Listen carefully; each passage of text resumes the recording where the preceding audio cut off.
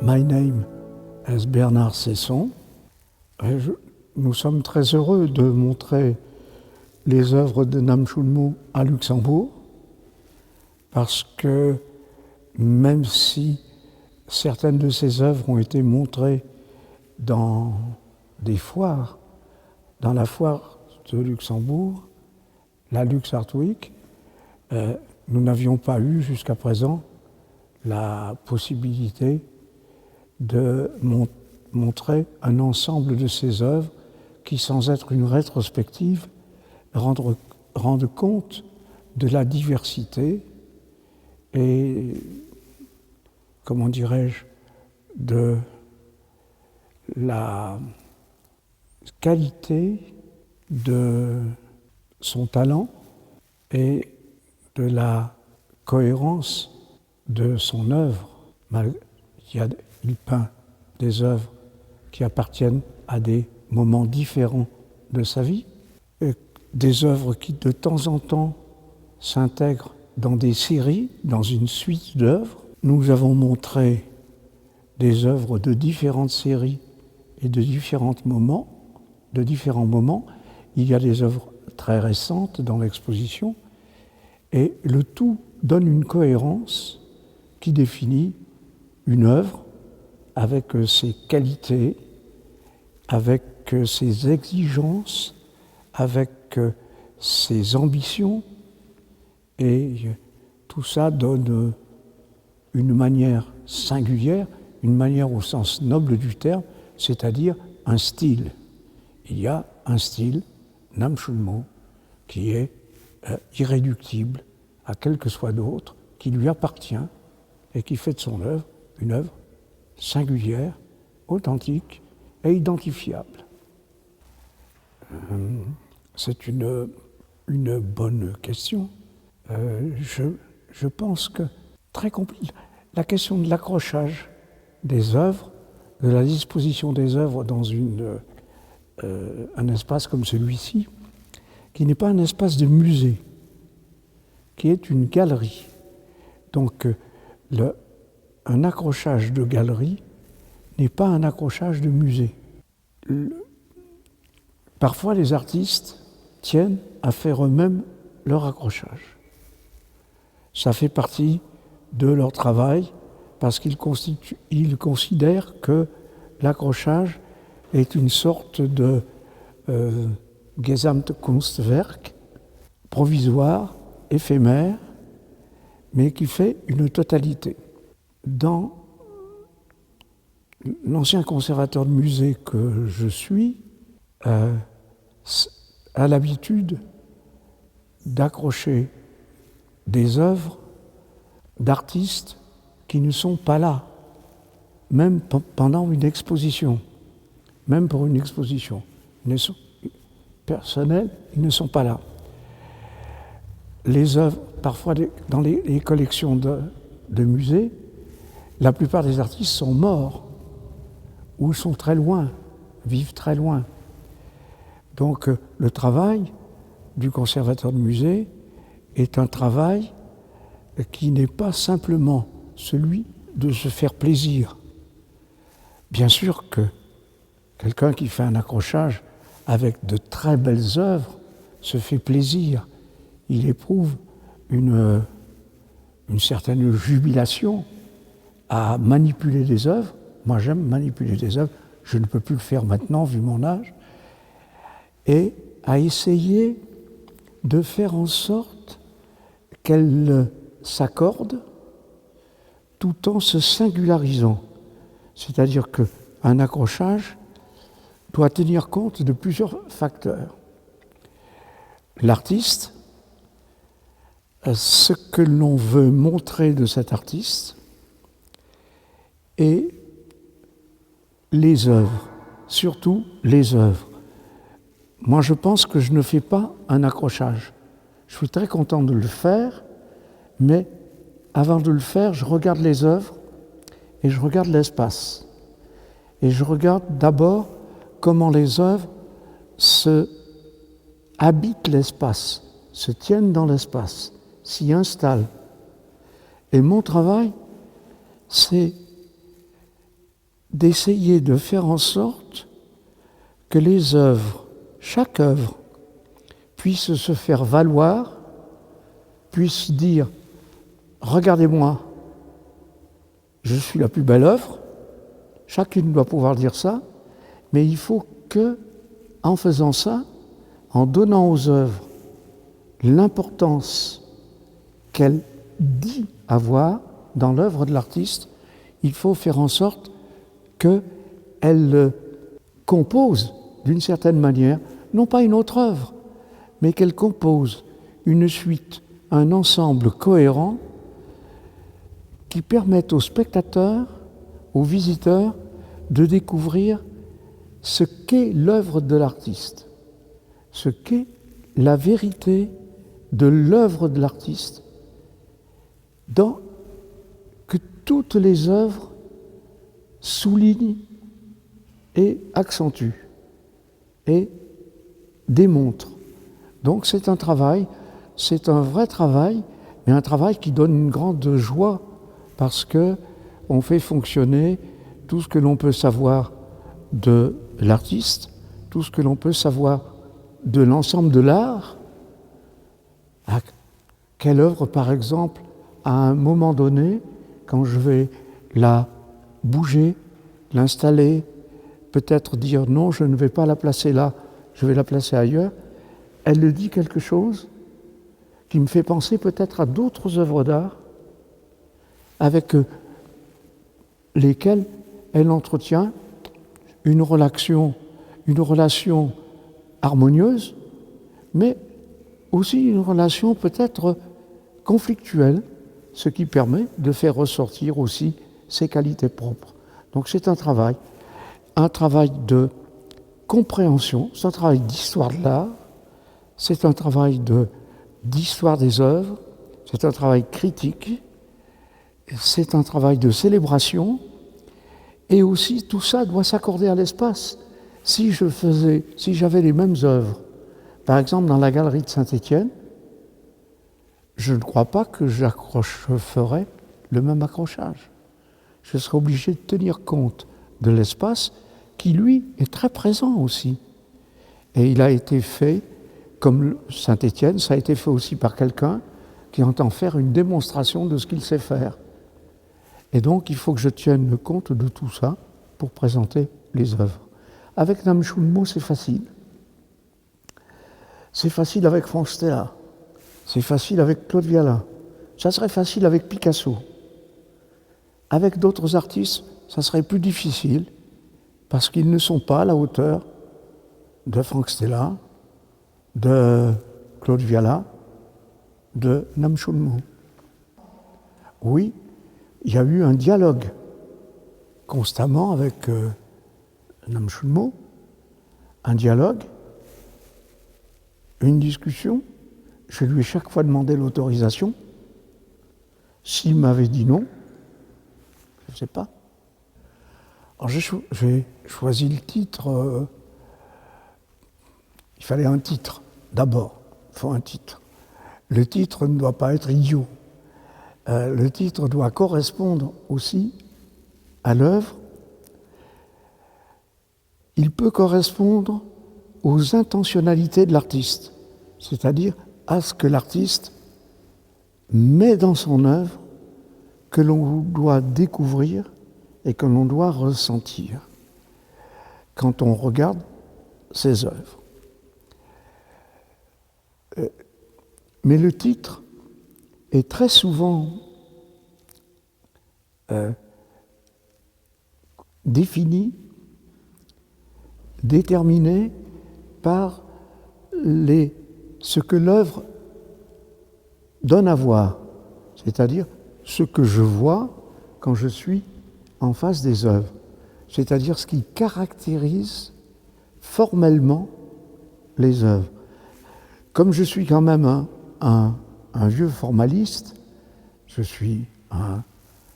ne l'ai pas eu comme professeur évidemment, mais je suis indirectement un élève d'un historien de l'art français qui est mort il y a très longtemps, qui s'appelait Henri Faucillon. Je pense que le formalisme bien compris, à la Faucillon, à la Meyer Shapiro, qui est un des grands historiens de l'art américains, à la Georges Kubler, est quelque chose qui reste valable, parce que le message qu'une œuvre cherche à nous transmettre, elle le fait à travers sa langue propre. Et sa langue propre, ce sont ces éléments, les éléments qui la composent. D'autant plus que nous sommes avec de l'art contemporain qui reste dans la tradition moderniste. Donc, la démonstration qui est faite ici, c'est que l'on peut faire de l'art avec des gestes, des lignes, des tâches, bien sûr, mais les tâches, en quelque sorte, émanent de lignes, sont générées par des lignes dans la peinture. C'est évident dans certaines peintures de Nam Shun Mo. Dans d'autres, c'est moins évident, mais la ligne est dominante. Et les lignes sont parfois fragmentées, elles sont parfois en diagonale, parfois droites, parfois opposées ou se contrariant, déterminant un vide, comme dans ses œuvres, essayant de jouer avec un rythme de plein et de vide quasiment cinétique avec des œuvres comme celle-ci ou comme celle-ci. Là, il y a un étalement de la ligne dans la tâche qui propose une surface qui est un peu plus sacrée. Là, on doit bouger. On est toujours dans des rythmes. Là, on a un rythme lent, là aussi, un tempo très lent. Là, on a un tempo accéléré. De toute façon, avec des œuvres d'art comme celle de Nam Shun Mo, on n'est pas simplement dans la décoration. Et le rythme, c'est pour ça que le rythme m'a semblé d'une grande importance. Le rythme, la ligne qui donne le rythme. Et si quelqu'un a fait un peu d'histoire de l'art, si quelqu'un a étudié un peu l'art moderne et l'art contemporain, et surtout,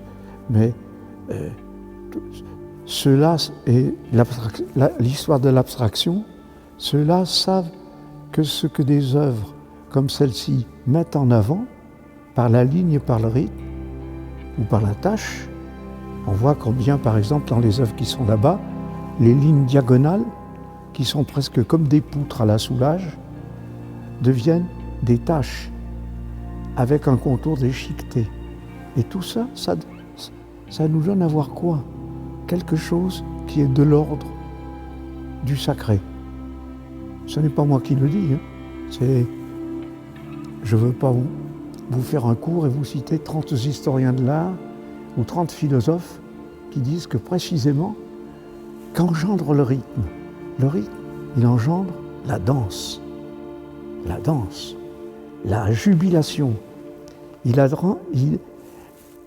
œuvres, dans leur cohérence, par leur composition, par la qualité de la technique de l'artiste, par la qualité de la matière, par la qualité du travail de l'artiste. L'œuvre est nécessairement décoration. Décoration, ça n'est pas péjoratif, au contraire. La grande peinture, au XVIIe siècle, on l'appelait le grand décor. Le grand décor sont les plus grands noms. Tiepolo, Léonard de Vinci, Raphaël, ce sont des gens qui faisaient du grand décor. On est dans l'ordre du décor qui vous procure cette possibilité.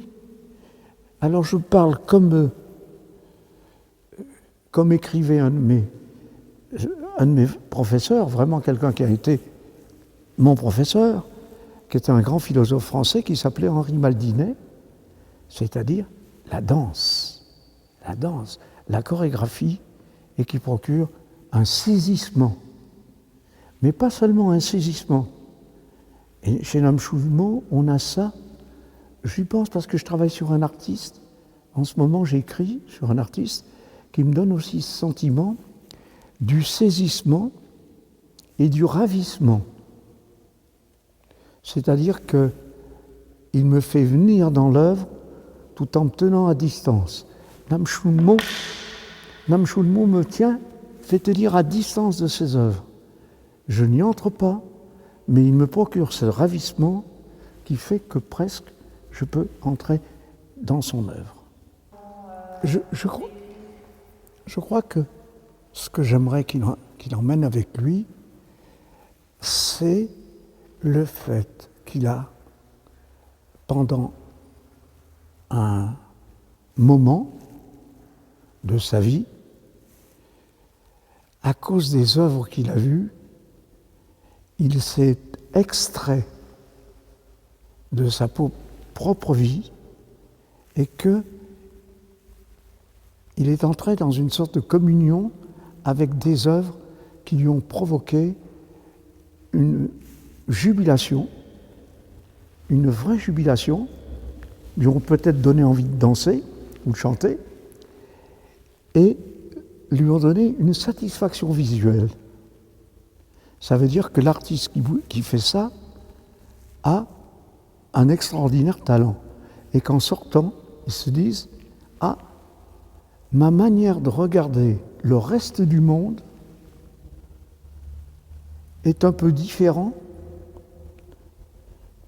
de celle que j'avais avant d'entrer dans cette exposition. » Que pourrais-je dire à Namshulmo ?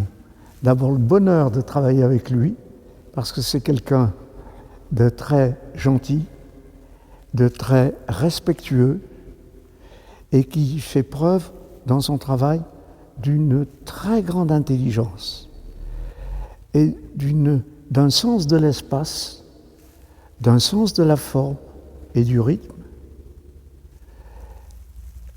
qui sait aussi transmettre dans une œuvre une qualité d'espace et de lumière qui permet à celui qui travaille avec lui pour accrocher de faire vivre l'espace. Et ça, ce que je voudrais lui dire très simplement, c'est que je trouve que c'est un artiste. On ne va pas employer des mots trop forts, parce que ça ne veut rien dire, les mots trop forts. Aujourd'hui, tout le monde est génial. La première chose que les gens disent quand quelque chose de bien leur arrive, c'est génial, c'est cool, c'est génial. Non, moi je dis que Namshulmo, il a un talent, un grand talent. Et je ne veux pas citer des artistes du passé, mais pour citer des artistes contemporains, des artistes que j'aime, je dirais qu'il est sur le chemin de gens comme Viala ou Franck Stella. C'est pas mal, il n'a pas leur âge. Je crois que j'ai à peu près tout dit. Et tout simplement, ce que je peux dire, c'est merci Namshulmo. Je voudrais ajouter quelque chose. J'ai oublié quelque chose, parce que j'ai parlé beaucoup des œuvres, mais je voudrais parler de l'origine des œuvres, ce qui m'a beaucoup touché. C'est-à-dire que les œuvres, ces œuvres que nous avons ici, elles sont nées avec son enfance, avec ses parents, dans le lieu où il vivait. Ça l'a nourri, et il y a aussi cette origine-là que l'on peut sentir dans des œuvres comme celle-ci, moins peut-être dans des œuvres comme celle-ci, mais dans des œuvres comme celle-ci. Parce que des œuvres comme celle-ci, ici, c'est des œuvres dont on sent que celui qui les a faites a parcouru un espace. Et l'œuvre qui est derrière, elle est carrément attachée à la terre. Elle est de quelqu'un qui a vu un de ses proches travailler la terre, tracer un sillon, avancer, en peinant parfois, pour produire, pour faire naître une récolte, pour gagner de quoi manger, de quoi vivre et faire manger et vivre les autres. Et tout ça, ça passe aussi dans l'œuvre, qui est d'une certaine manière simplement des lignes croisées où un rythme ne le disent pas, mais c'est quand même aussi très autobiographique. Et ça me touche beaucoup. Voilà.